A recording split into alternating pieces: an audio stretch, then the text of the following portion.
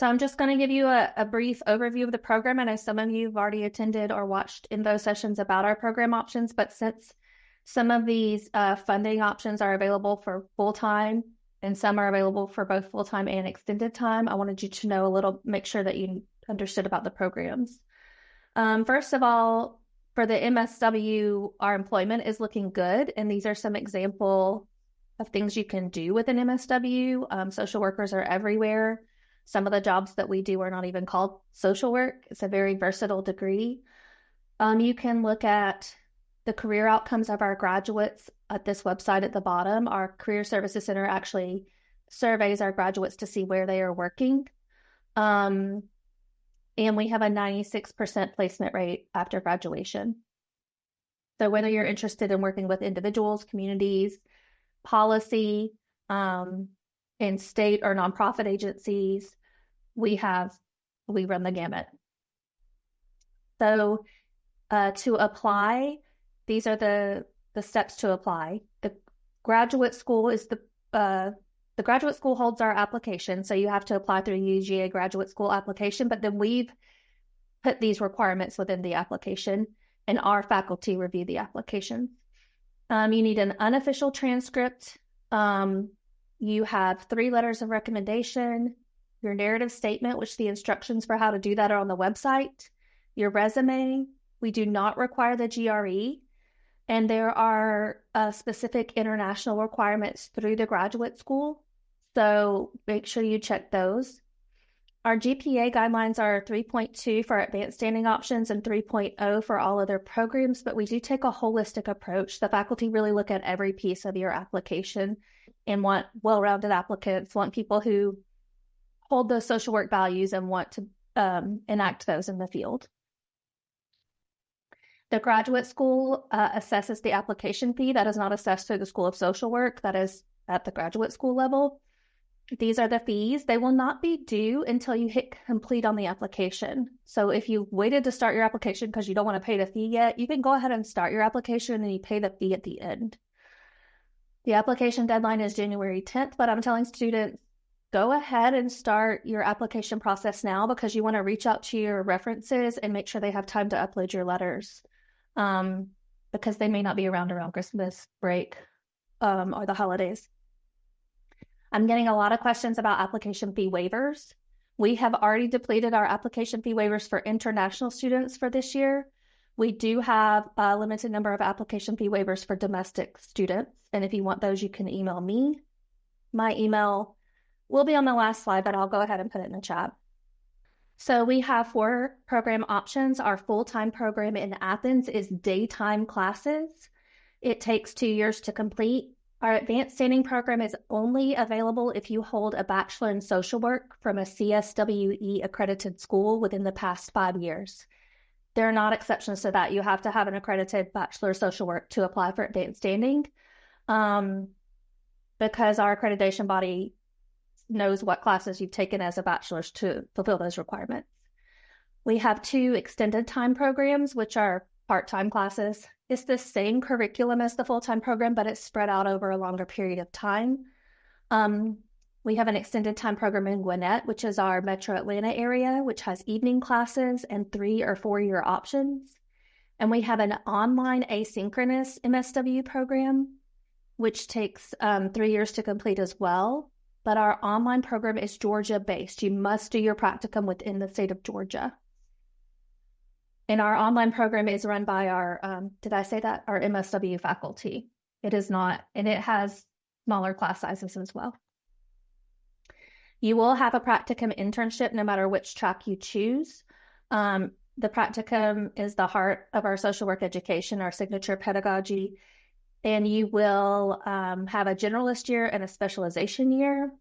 So if you're full-time, you start your generalist year during your first year. If you're extended time online or Gwinnett, you start your practicum during your second year.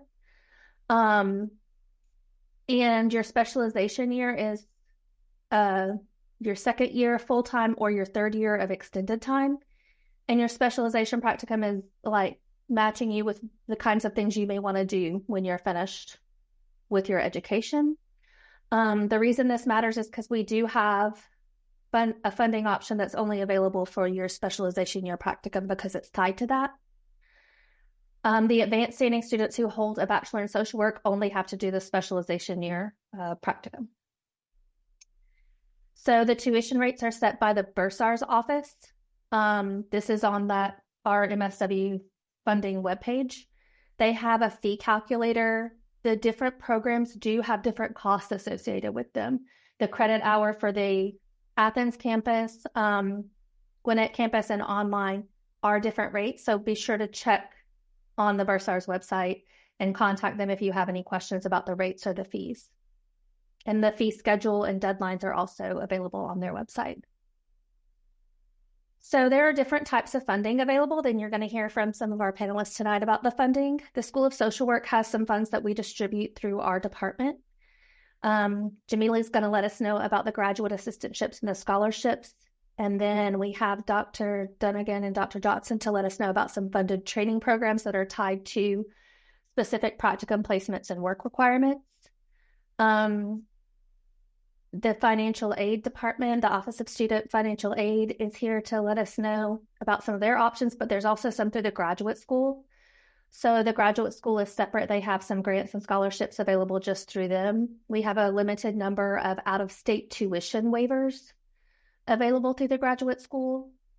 They have a program called the FUSE program that's available to select HBCUs in the Southeast. And Mandy is going to let us know about federal work study and student loans, I believe.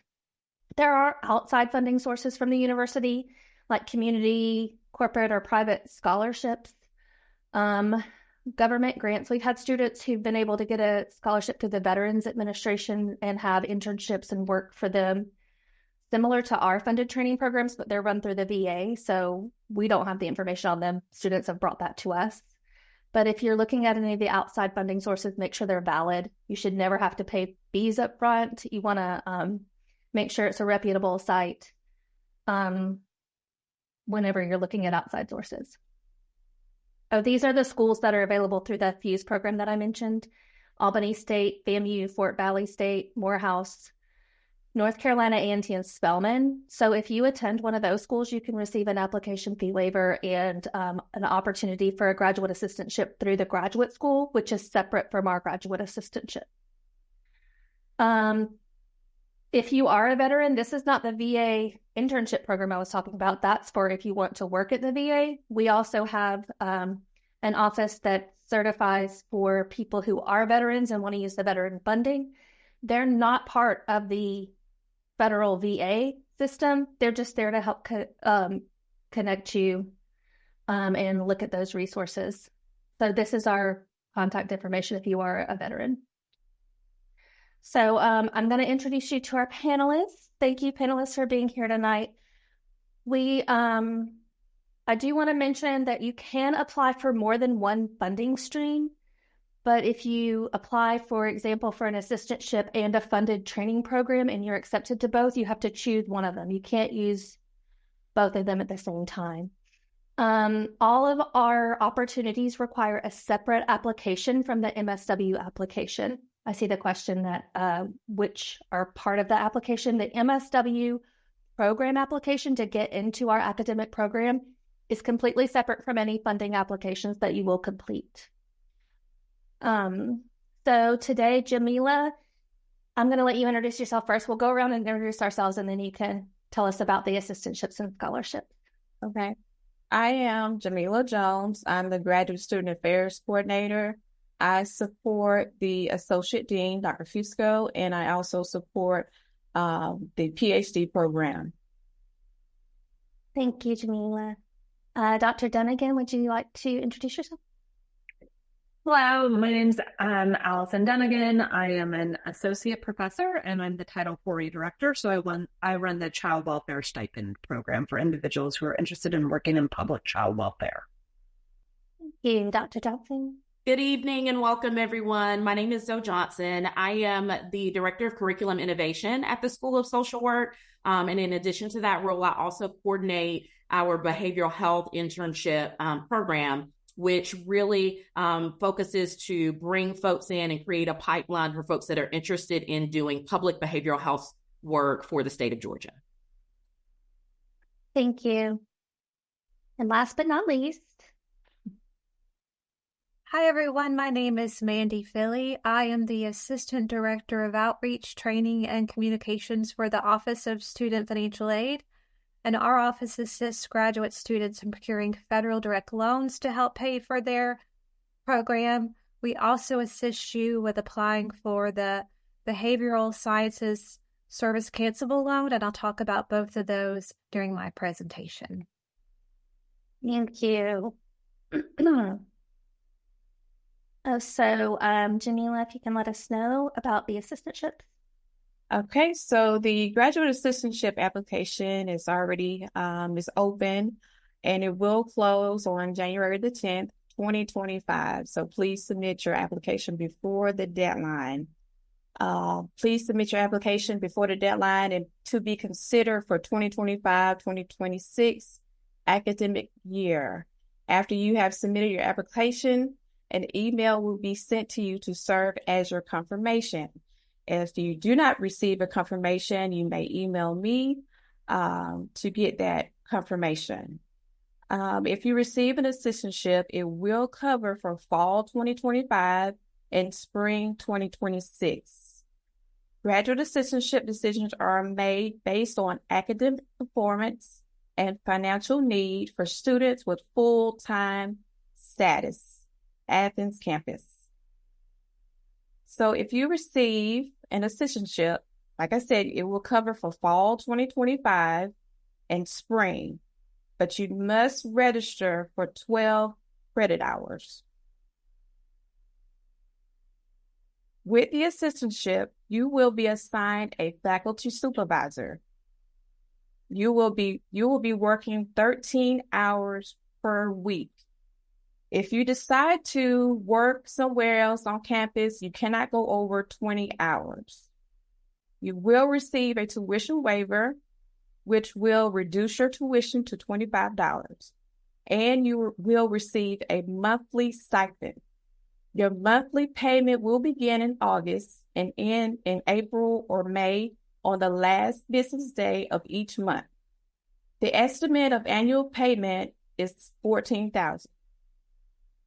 So just keep in mind that you will receive payment from August through April or May.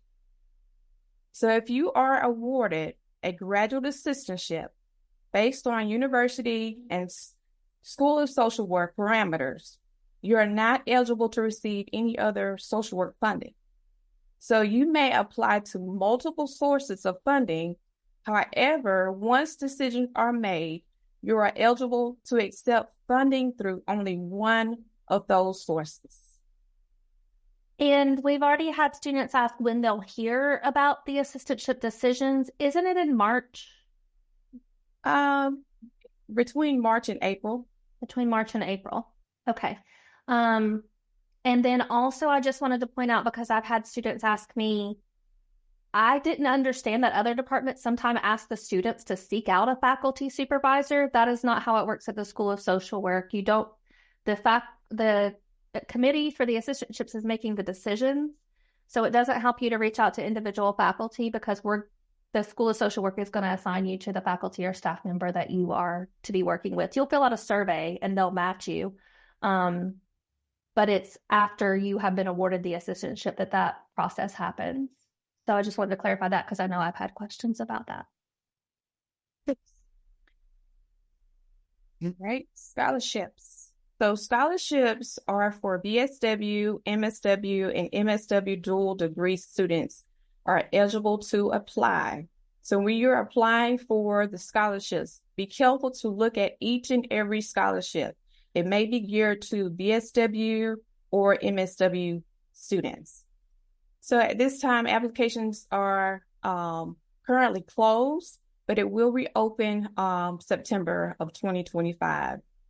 Applications are open to social work students in full-time, part-time, or extended time programs.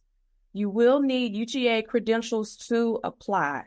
The online scholarship application system will confirm by email that the application has been submitted.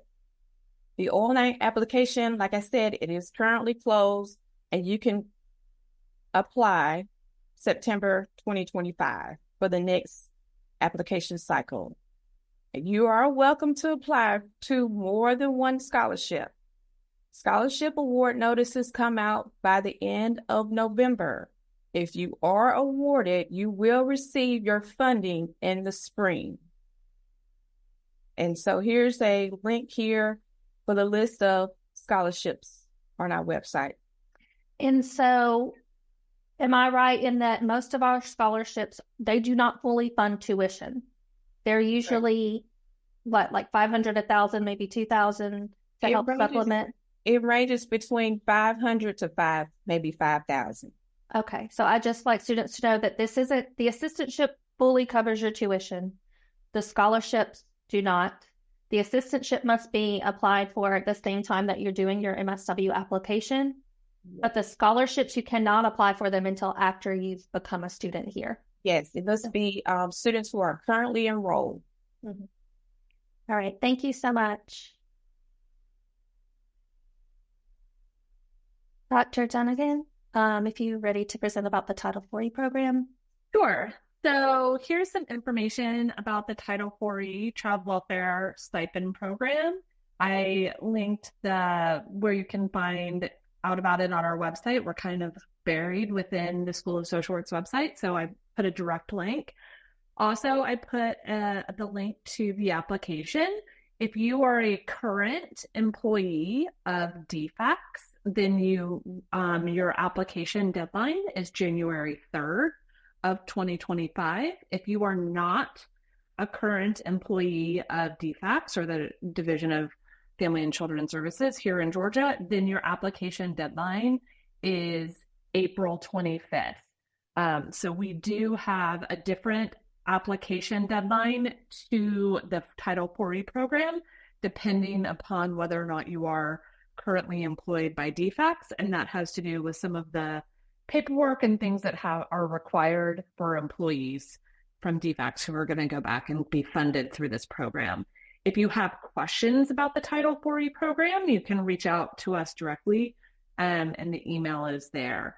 And what I would like to say is that this is a great opportunity to receive your tuition covered.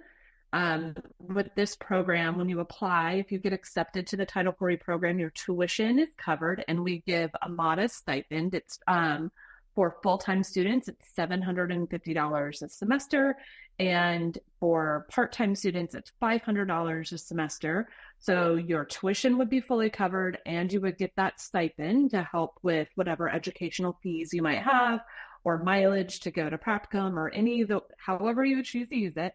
And in exchange for you having tuition assistance, for every year that you receive funding from the 4E program, you are agreeing to 1 year of employment with the Georgia Department of Family and Children Services upon graduation. So it is a 1-for-1. One academic year is 1 calendar year. 1 academic year of funding is 1 calendar year of employment with DFACS, and we will help place you in a position once you graduate. We have students throughout the entire state of Georgia who are alums of our program. You would be joining a group of almost 350 alumni of the Title IV program at the University of Georgia. We have people in the highest level of administration for UGA that are for DFACS who are alums of our program. So there's a great mentoring network that's part of that as well. So I would be happy to talk with anybody about any specifics. I know that we have a number of international students who might be on this webinar, and I do want to say that this program is only available to international students if they have a work visa or a visa that allows them to work beyond just that 1 year postgraduate. If you do not have that visa, then you would not be eligible to this program because you wouldn't be eligible to be hired on and fulfill the work requirement. So that is a determination that we would make at the beginning. So we have had international students participate, but they had the requisite visa to allow them to be employed. So I thank you for your time, and I'll answer any questions. Okay, thank you. So to clarify, this can be for full-time Athens students and for extended time online and Gwinnett students. So all students can apply for this option. For the Title IV, yes, they can apply for any of those options. We do. I will say that the online program, it is competitive. There's a lot of people who are interested in the online program and 4E, and so that doesn't mean obviously you can't shift a program if what's going to work for you is going to work for you. But it is a competitive program. We have every year we have to turn people away. So, and alternatively, we need people at Gwinnett. So, if that's a consideration, we do need people at Gwinnett. Okay, so let's see what we have next. We have Dr. Johnson. Well, hello again, everyone.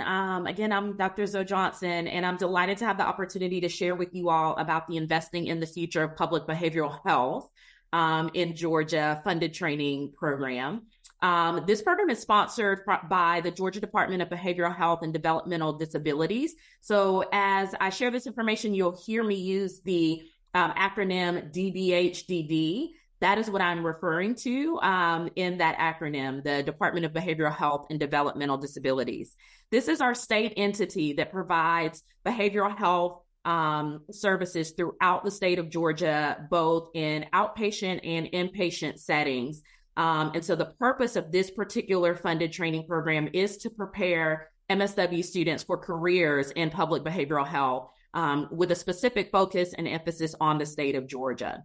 And so as I share this information, I want to make a note about the students that are eligible. This program is specifically for currently enrolled students. And so I hope that you're doing a little bit of vision casting and planning. So while you're readying yourself to do the application and all of those things to become a student, I hope that you are also thinking beyond your initial enrollment. Because this is an opportunity that in your final year of the program, as you are doing your curricular required specialization practicum, that can be a funded opportunity through this program. This program offers a $10,000 financial award. The $10,000 are dispersed $5,000 during fall semester at the top of the semester and $5,000 at the top of spring semester, again, in your last year of the MSW program. Both full-time, online, and Gwinnett MSW students are eligible to participate in this program. So it does serve all program options. And we've been really proud and pleased to have a good variety, a good mix of students that participate as DBHDD fellows. The funds are processed and awarded through our Office of Student Financial Aid. And so they get applied directly to your student account. And students have access to the funds through that mechanism. In addition to the $10,000 award, because this is a program that is meant to make an investment in you as a professional and you as a future service provider in the state of Georgia, we also support students in taking the license exam. So we provide reimbursement for the LMSW exam through ASWB, which is the entity that you would take that exam with. And then we also provide reimbursement for just kind of state registration. So for your Georgia LMSW license as well. So combined, that is over $300 in additional financial support by virtue of being part of this fellowship. The real highlight and gem of this opportunity, in addition to the financial award, is the added specialized training that it affords the fellows. And so again, as I've mentioned, the specialization practicum, which happens in your final year of the program, students that are fellows in this program would do their practicum in a DBHDD or what we call community service board. So that's a public Community Behavioral Health Center. So locally here in Athens, folks may be familiar with Advantage Behavioral Health, which is our local service provider. But there are community service boards all around the state that provide public behavioral health. In addition to kind of outpatient therapeutic work, there are also inpatient hospital settings that students are eligible to do their practicum at as well. And so the students that are in this program really gain high demand clinical skills, experience at the highest levels, working alongside really very experienced and high caliber clinicians, doctors, nurses, interprofessional care teams that are taking care of the citizens of the state of Georgia. Students register for 1 credit per semester of a seminar that does provide additional support and professional development. There's all kinds of additional training that's really focused on enhancing clinical and administrative skill.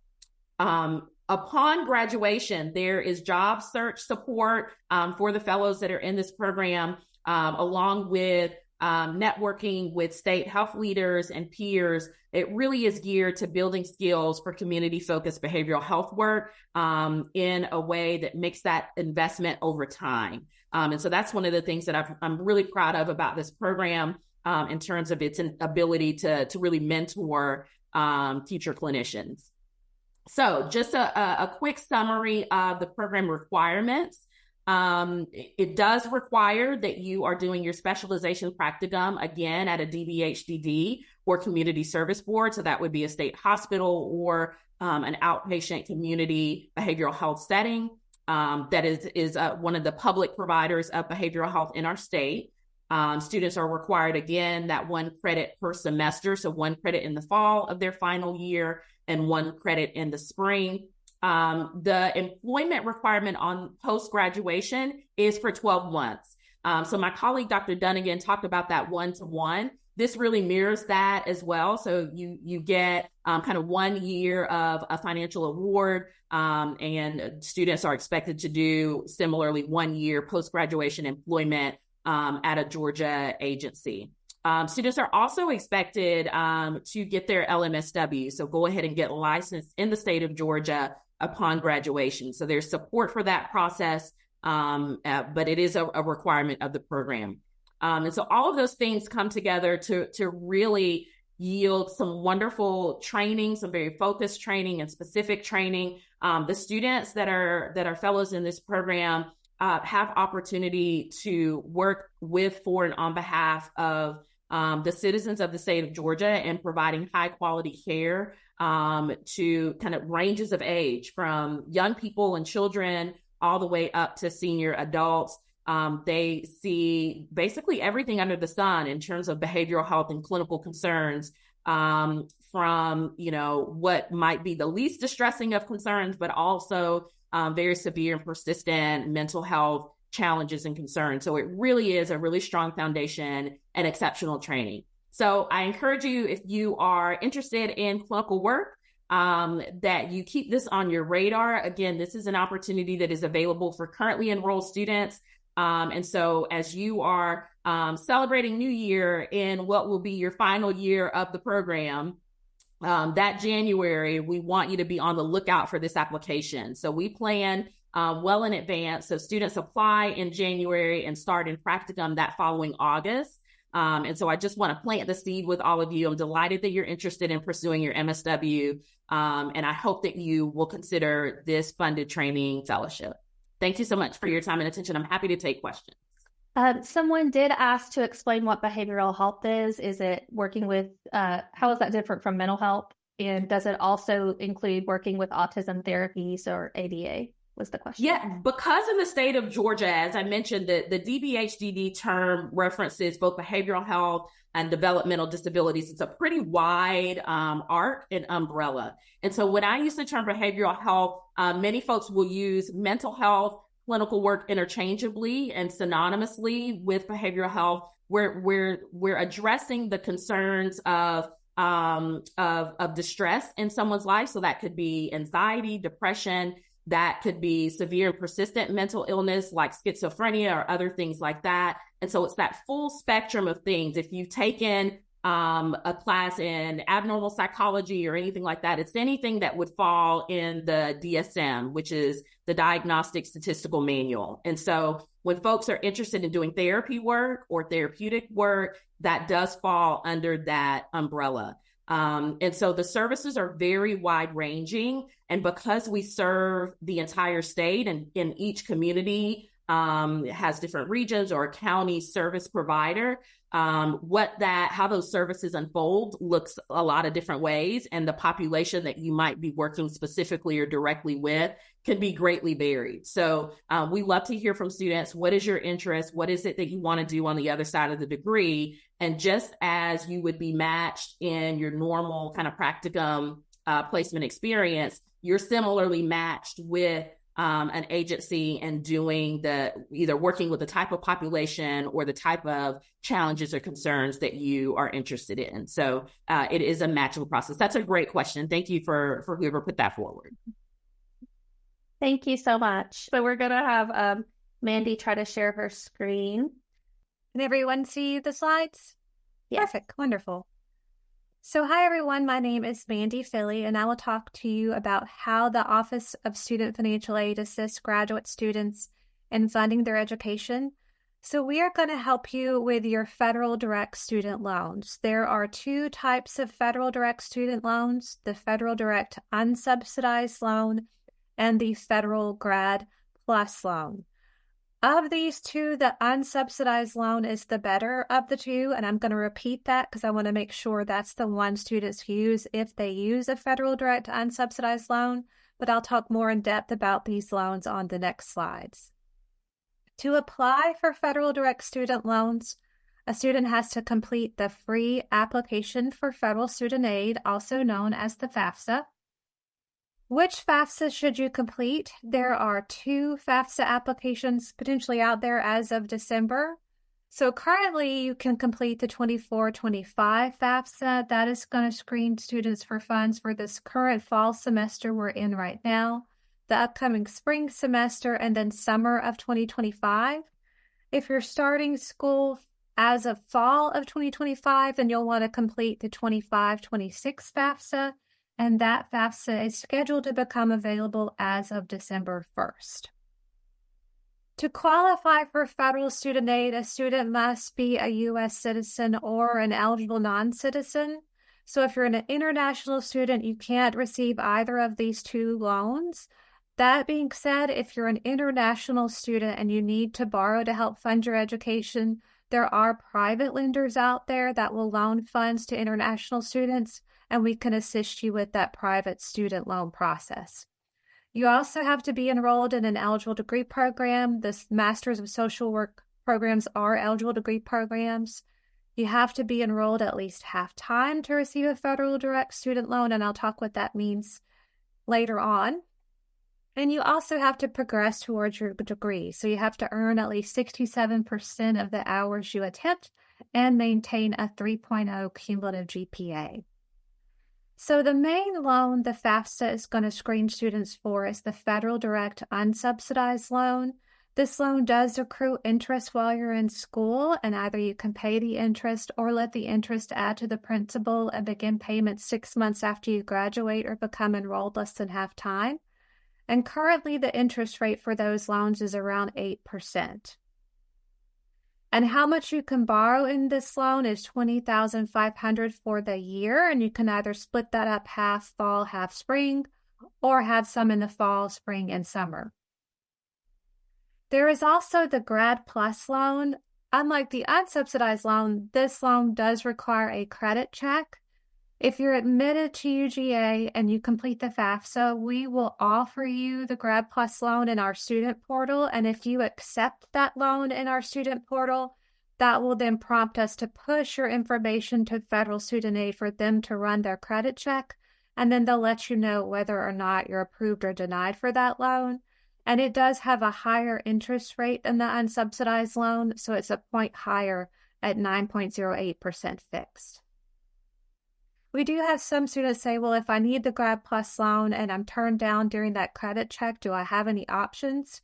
You do. You can appeal that credit check decision with federal student aid through studentaid.gov, Or you can procure an endorser. That's like a co-signer. So you can get someone to say, hey, if this borrower is not able to pay this back, then I will. And then you can get that Grad Plus loan. It's also important to keep in mind that with federal direct loans, they do charge a fee for each loan disbursement. Another way that the unsubsidized loan is better than the Grad Plus loan is the origination fee is a little over 1%, whereas the Grad Plus loan, the fee is over 4%. So you're getting to keep more of your money with that unsubsidized loan because it has that lower origination fee. So they do charge a fee for every loan. So what you see that is offered by financial aid in the student portal is going to be the gross amount. And then the amount that's actually dispersed to your student account is going to be the net amount once that fee has been deducted.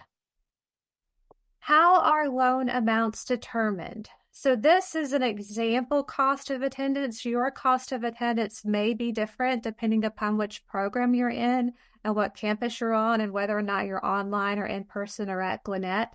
But this is an example of the components in the cost of attendance. A student's federal loans and other financial aid, including scholarships, cannot exceed our cost of attendance. But our cost of attendance figure includes more than just tuition and fees. We also have an estimate for how much you might need in housing costs, so your rent or utilities or your mortgage and utilities. We also have an amount for food, so your groceries, for books and supplies, for transportation, so your gas for your car, your auto maintenance, and then also we have an estimate for your living expenses. And living expenses is things like your toiletries, your cell phone bill, those miscellaneous items that you might find in your budget. But again, keep in mind your federal loans and your other financial aid cannot exceed this figure. If you get an assistantship, the big question I receive is, can I still borrow if I have an assistantship? And the answer is yes. But if you have an assistantship, because your tuition is being waived except for a $25 matriculation fee per semester, you can't borrow for tuition, but you could pursue loan funds for those other items, the student fees, the housing, the food, the books and supplies, the transportation, and the living expenses. If you get a scholarship, that might then come in and replace some loans, but then that's great because that's less loans down the road. But again, your loans and your other financial aid cannot exceed our cost of attendance figure. Sometimes students want to know if they can get money above and beyond our cost of attendance. We do have a cost of attendance adjustment appeal process where we can potentially increase your cost of attendance to make room for more funds. So if you need to borrow more, that might be an option for you. Some of the things we typically look at with cost of attendance adjustments are if you have a dependent that has to be in daycare or cared for while you're in class, we can look at that. If you've had to purchase a computer, we can look at that. But we do have a process to where if you need to borrow more than our estimated cost of attendance figure permits, you can appeal that cost of attendance and see if we can adjust it to make room for additional funds. You do also have to be enrolled at least half-time to receive the federal loans. Half-time during fall or spring semesters is at least 5 hours, and then during the summer is 3 hours. We also assist students with applying for the Behavioral Health Profession Service Cancelable Loan. This is a loan that is administered through the Georgia Student Finance Commission. That's a state agency. They are typically known for the Hope and the Zell Miller scholarships for undergraduates, but they also coordinate this service cancelable loan. And the goal of this service cancelable loan is to encourage individuals who are Georgia residents to get that degree in social work, that master's degree in social work, and then to stay in Georgia, work, and then they can get a year of their loan canceled with a year of service. With this loan, you would apply through GA Futures. You have to create a GA Futures account. When you go to create a GA Futures account, it'll give you the option to leave out your Social Security number, but you're going to want to add it because it does have to be in there for you to apply for this loan. And you also have to have a current FAFSA on file. and you do have to be a Georgia resident. So this is not for out-of-state students or international students. This application typically becomes available every summer, usually sometime in June, and then it's open until they run out of funds. But basically, if you apply for this loan and your application is selected, it's then pushed to the school, so to our office electronically, so that we can certify whether or not you're in a qualifying program. And we also have to certify whether or not you have room for these funds. So keep in mind your federal aid and your other aid cannot exceed that cost of attendance figure. So if you borrow loans up to cost and then you're applying for this, you may have to contact our office and say, hey, actually get rid of some of those federal loans so I can try to get this loan. And how much you can receive in this service cancelable loan depends on whether or not you're full-time or half-time. If you're full-time, the annual maximum is $20,000 for the year or $10,000 per term.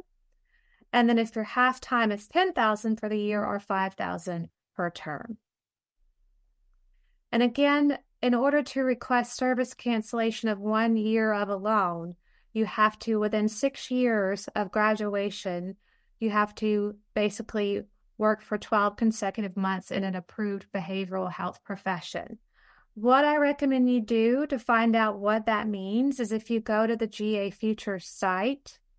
So if you go to this GA Futures site and click on Hope and State Aid Programs, you'll find this program and you'll find some tabs you can look at. One of the tabs is the Loan Management tab, and you can read the sample promissory note. You can read all the provisions of what this loan means and what you need to do to get it canceled through service. And I do encourage you to check that out because the service cancellation part would be processed by the Georgia Student Finance Commission, not by our office. We're just certifying that you're in a qualifying program and that you have room for the funds. And then if you have questions for our office, this is how you can contact us. We're open Monday through Friday from 8 to 5. You can give us a call at 706-542-6147. You can send us an email at osva.uga.edu. If you want to visit us in person, we are at the Holmes Hunter Academic Building, which is right downtown in Athens, right behind the UGA Arch. And if you have questions, I'll be glad to take those once we are fielding all of our questions. So thank you, everyone. Thank you.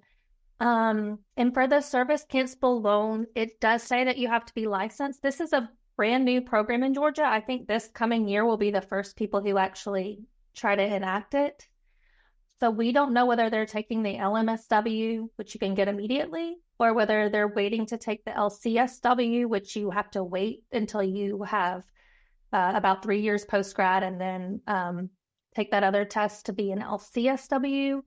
So because it's so new, we're kind of unclear on that. So you should reach out to the state agency to ask questions about that. Is that right, Mandy? Yes, that's correct. I would recommend if you have any questions about what I have to do to get this canceled through service, to reach out to GA Futures and to the Georgia Student Finance Commission. If it'd be helpful, I can share my screen again to show that website. Well, I can give a link. I thought I did it earlier, but I wasn't emailing everyone. We have a link to each specific thing on our MSW funding webpage, so I just put that in the chat. Again, I thought I did that earlier, but I had not. I'm also going to share this one last slide so that you can all take a picture of it if you want the contact information for each of the presenters.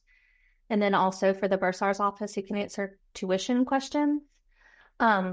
We had several questions in the chat about full-time versus part-time, so I'm just going to review one more time. Assistantships are available only for full-time Athens students.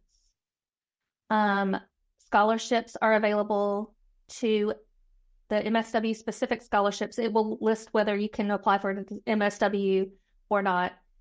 Are available to any student, but it's after you've already started in the programs.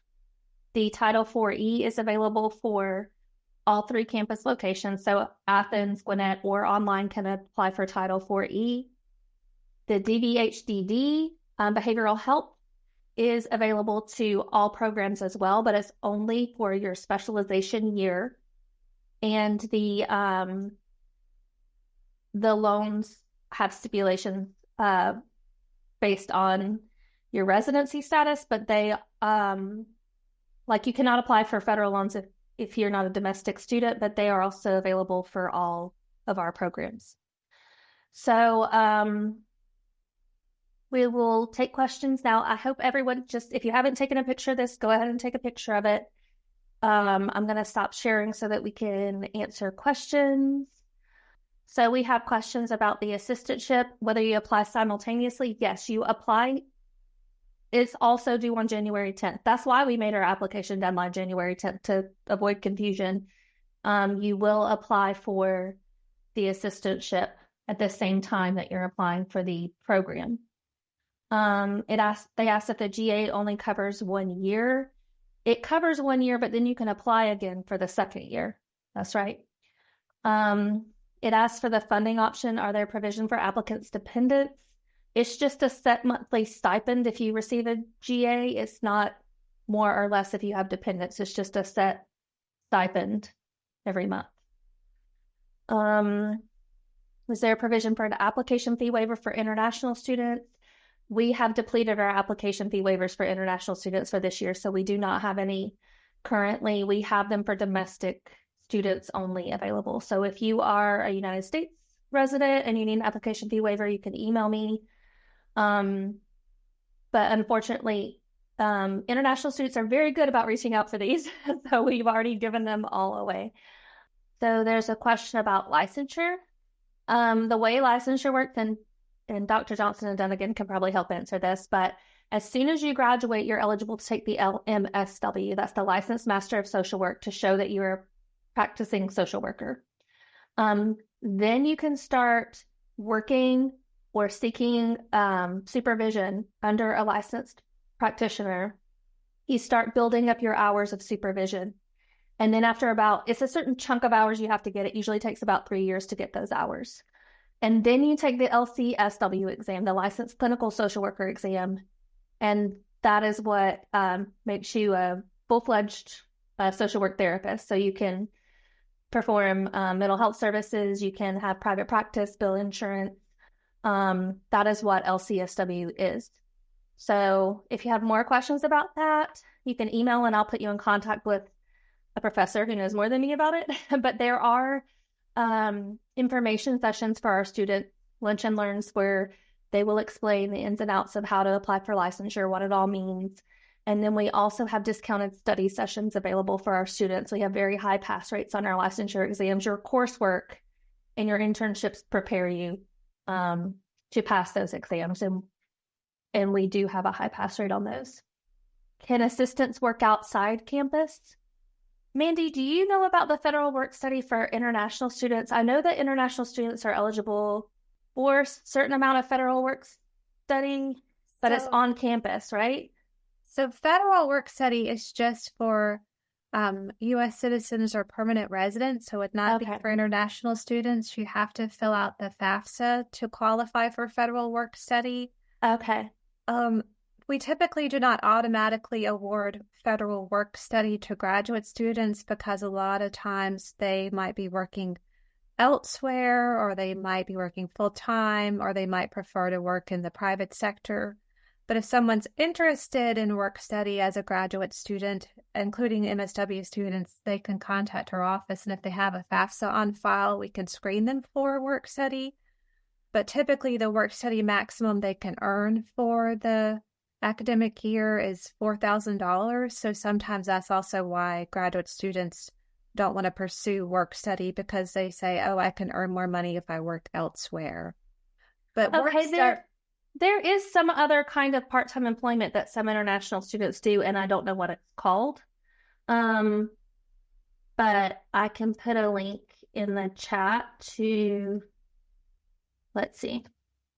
I don't know if the international student, there, I'll do the handbook. There's also a question about if full-time students have to live on campus, and no, you do not.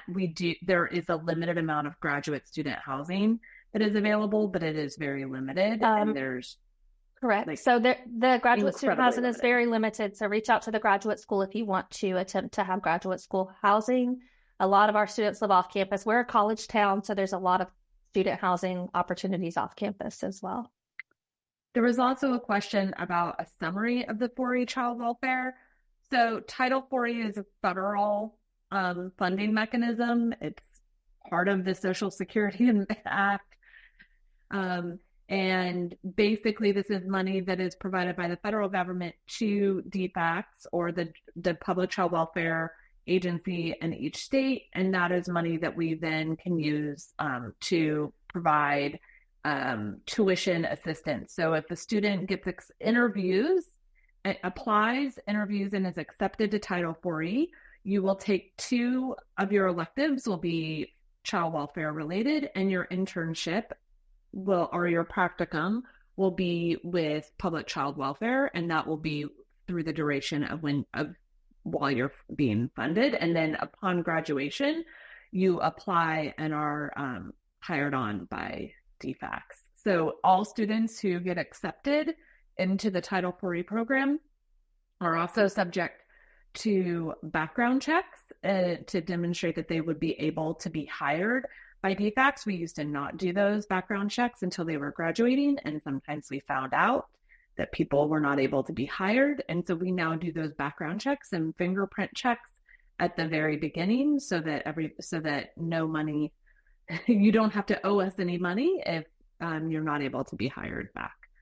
So that is that overview, unless there's other specific questions for 4E. So there's a question for scholarships. Do they apply for the following year? When they're awarded, when do they receive the scholarships? They receive their scholarships in the spring. So if they applied in the fall, they received their scholarships in the spring. So with it being closed, they would have to apply the next following cycle. Okay, thank you.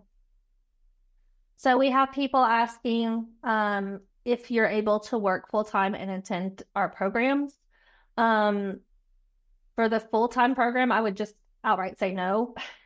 I will tell you, even for the extended time programs, the way that they work is, so your internship requirements are going to be the same for both of the programs. It's just, does it start in your first year if you're full-time, or does it start in your second year when you're extended time online or Gwinnett? So your internship will start your generalist placement, again, which would be your first year in Athens, or your second year in fall or Gwinnett, would start the 7th week of the fall semester. You start out doing 8 hours a week for that first semester in your generalist placement, which is to give you an overview of social work. You stay at the same agency during the spring semester, and it's bumped up to around 16 hours a week. That's an estimate because you have a big chunk that you have to do over the semester, but it usually averages out to that. But during your specialization year, which is your second internship, which would be the second year of the full-time program, or your second internship would be the third year of the extended time program, you have classes, and then you have 20 hours a week of internships. And when they place you, they want you to be under the MSW supervisor in that organization, and they typically work daytime hours. So most internships are going to be 20 hours a week during the day. So it is a heavy lift. There are a limited number of worksite placements. There's a very limited number of paid internships. Most of the time they are unpaid internships, and you're doing all those hours. So just be aware of that when you're going into the program. The first year of your extended time program, whether you're online or in Gwinnett, is only classes, and then you start your internship that second year. I hope I explained that well. Yes, the assistantship is available for international students. You can apply for your first, somebody asked, can you apply for your first year? Yes, you can apply like now. Start applying while you're applying for the program. Let's see if I missed any other questions. It says, many of these scholarships or loan repayments are focused on clinical work after graduation. Are you aware of graduates who practice macro social work instead of clinical work if they're eligible for these programs? I'll let Dr. Johnson and Dunnigan answer that one. The one that I shared about is specifically, you're absolutely right, is specifically geared at clinical work. Now that said, clinical work doesn't happen in isolation. You know, as an LCSW myself, I've never been in a role or done clinical work in absence of attending to what's happening on other larger levels. So if you are specifically only wanting to do macro work, then I hear you. I want that for you, whatever you want for yourself. And so DBHDD in particular does focus on clinical work. So I defer to my colleague, Dr. Dunnigan, to speak about Title 4E. I will say that a number of people who do Title 4E are a little bit more macro-centered. Maybe they're interested in administration or policy or things of that nature. If you are currently employed with DFACS, we definitely and have been there for a couple of years. I mean, sometimes we'll have people who have been with DFACS for 20 years and are coming back and getting their master's. We certainly work with them to make sure that they have a practicum placement that is appropriate for where they are in their career and what they're interested in. They might be doing more policy, they might be doing more administrative or supervision, or even supervising supervisors. So in that case, it does feel like a lot more community-based work or organizational level, as opposed to direct practice with clients one-on-one. For our Title 4E students who are not current employees with DFACS, it is a requirement that your internships both be practice-oriented in DFACS. There's two primary program areas that we will work with. One is investigations, where you are responding to reports or referrals of child abuse and neglect, and you are working to go out and make an assessment if the child is safe in the home. The other program area where our students intern is in foster care. So these are children who have been a subject, or a family member has been a subject of a report, and they are removed from their parents' home or their family's home and are placed in foster care. And we're providing ongoing support and supervision to these young people. So those are the two primary areas, if you have not worked with DFACS before, that you would be doing your internships in, so that you were ready to go upon graduation to be hired on and working in a county office in one of those capacities. Thank you. And so the assistantships would obviously be available for macro or micro. However, I do want to point out that the macro program is currently only available at our Athens campus, where you choose between macro, which is, bigger picture stuff, micro, direct practice, or a combined track. And then the extended time programs online in Gwinnett are only micro at this time. So I just wanted to also clarify that, since we were talking about that. I'm a CASA. Does that work? Do you mean, does that work with the Title 4E program, or does that work with your internship? Daniel, can you specify the question? I'm making sure I haven't missed any other questions. And if you raise your hand, I can unmute you if you're unable to do the chat for some reason. Yes, I understand what a court-appointed special advocate is, but are you asking, does that count for your internship? Or are you asking, does that count as a Title 4E placement? So do we have CASA as one of our internship placements? Yes. Okay. Yes, I think we do. We do have CASA as one of our internship placements. So we've got a long-standing history and a great relationship with that wonderful organization. So you want to check with the practicum office to ask about any worksite placements and what that would look like, or if that's a possibility. And I put their email address in the chat. And if you're there as a volunteer and not as an employee, that might be that's worth a conversation with the practicum office as to whether or not that would be something that you would be able to consider. I also would encourage you, Daniel, to consider a practicum placement in somewhere else that can give you an opportunity so that you can maintain, that volunteer role, because when you are an intern or you do move into a different role, your access to certain things shifts, and that we have had that experience in the other facets of the child welfare system. When someone moves into an internship role, it then provides a conflict of interest to some of their other roles that they have assumed as a CASA or something else. So it's worth a conversation just to make sure that you are able to, that you're not making a compromise that you don't want to. Kathy had a similar question. She works with communities and schools. So contact the practicum office. I do know that they do worksite placements, but they have to make sure it's okay with your worksite. They have to make sure they're an approved agency. And if they're not, that paperwork is done. And they also have to make sure you're not doing the same job that you're currently doing. So you may have to like role switch with someone else in your organization so that you're getting a different experience, or add hours beyond your normal hours with a different person. So there's a lot of stipulations with it. It does happen. It doesn't typically happen for both of your placements, I don't think. I could be wrong about that, but please ask the practicum office, because we have wonderful practicum coordinators. We have them for our extended time programs, for our programs here. We have a director. They're all working really hard to make sure you have really good site placement. So please reach out to them. I would add that one of the key factors that will determine if a worksite placement can be successful is the presence of a social worker in that setting. So there would need to be an MSW that is a degree holder and has 2 or more years of experience. And that is an accreditation requirement for all schools of social work, all MSW programs around the country that are accredited. So if you are considering that as an option, you want to kind of scan the landscape that you're in and make sure that there is an MSW and that there would be a willingness for them to support you in your experiential learning. Because they cannot be your supervisor currently for your job. You have to have your supervisor for your internship be someone separate from your daily task supervisor. It has to be its own thing.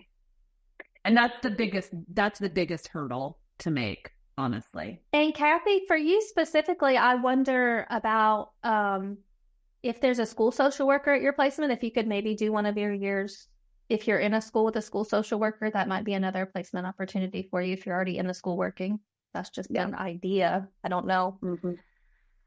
How many years is OPT for international students? I do not know the information for international students. But I was just looking that up and then I forgot. Dr. McPherson's our international student coordinator. Let me look up her email address. Would that be a good person to refer to, Dr. Dunnigan? Do you know? I would think, so I just Googled it, so don't trust me and believe me that this is absolutely true, but it allows you to work up to 20 hours per week is what it says, OPT, and then there's requirements as to what constitutes OPT, of what you can do, and they're eligible for OPT once per degree level for an initial period of 1 year, and that OPT is what would make you would not, it's not just OPT that a 4E, that you can't do 4E unless you have something beyond an OPT. OPT is not sufficient because DFACS is not able to hire off of that. Okay, so I put the link to the Global Engagement Office, which has information about what work you can do on campus and off campus. That was what I was saying. I knew that there was some kind of work you could do, but it's called something else. It's F1 and J1. And there is information on there about OPT. It says students, you probably just said this, I was looking it up. You can do it for 12 months. So look at that website. And then if you have additional questions, reach out to that office, the Office of Global Engagement, because they're the ones who handle all that stuff. It's not handled within the School of Social Work. So someone's asking, yes, your assistantship is separate from your internship. Your 13 hours a week working with faculty and staff do not count toward your internship hours. So the assistantship, you're going to do your generalist year, which is an overview of social work, your specialization year, which will be based on your area of interest. But those 13 hours that you're working for the department are separate from that. And I will say, so as a professor, I have 2 graduate research assistants right now. I've had MSW graduate assistants for the entire time that I've been at the School of Social Work. And the students who are working with me, they are participating in a host of different activities, including event planning for a lot of the activities and things that we're doing on campus. They helped arrange and advertise about therapy dogs being on campus yesterday. But they also are involved in research that I'm doing. So I have 2 students and they are both doing research right now. So it just really depends on the faculty that you're working with or the office that you're assigned to work with and what they need you to do. And I encourage you, regardless of what you're looking at within the School of Social Work, whether it's an assistantship or an internship or practicum or work, is take initiative and try and build whatever, see if there's ways that you can make something meaningful to you, take something meaningful away from that experience for your future career. Even the things that you might not think are the best fit initially can sometimes teach us the most about what we want to do in our career. So there's a lot of opportunity to get knowledge through all of this. Thank you. And our assistantships as well, a big chunk of the work for most of the GAs I hear can be remote. There might be certain meetings or events that you would need to be on campus for, but a lot of times it's things that you can do on your computer, not during the day, during office hours, because you're not available during that time due to internships. And also our faculty are very supportive. So if you get an assistantship within the School of Social Work, they know that your schoolwork and your internship come first. So you can communicate with them if the workload is feeling heavy, and see what can be done about that. I think we got them all. So I'm going to give you 1 more minute if you want to ask a question. Again, if you are unable to use the chat, you can raise your hand and we can, I believe, unmute you, or we can try to. Otherwise, I'm going to share the link one more time for our MSW funding page, because that truly has the links to every single program that we talked about. If anything's added in the future, it would be on this site. There. So that link will help you. And then I'm going to one last time share this PowerPoint screen that has our contact information as a closing so that you can take a picture of it. And if you think of things after we're done, you can reach out to us and we'll be happy to help answer questions. So thank you again, panelists, for all this wonderful, valuable information that's not only for the students who showed up tonight, but we'll have a recording of it available for students in the future. Follow us on social media if you want to see any other upcoming events that are coming up. We have our MSW director that's going to do a webinar discussion on trauma-informed practice. We have a panel at the beginning of the year for all different kinds of social work research that's going on and ability to interact with those faculty members. So if you follow us on social media, you'll be able to see that. Frederica, if you will email me, I have a bunch of links for mothers, for students who are mothers, and I can share those resources with you. So email me and I'll be happy to do that. Are these options available for those pursuing dual degree options? That's a question. Yes, I believe so. Correct? And in addition, depending upon the other program that you're involved in, there may be options from that unit as well. So if you're doing from the law school or public health. Right. So check if the law school or public health, for the dual degree options, you have to apply for and be accepted to both master's programs. But MPH might have their own assistantships or funding opportunities. So may the JD program, the Juris Doctorate program. So check their departments, because you might be eligible to apply for both and have more choices. So we are going to log off now. Again, just email us if you have any other questions, and thank you so much.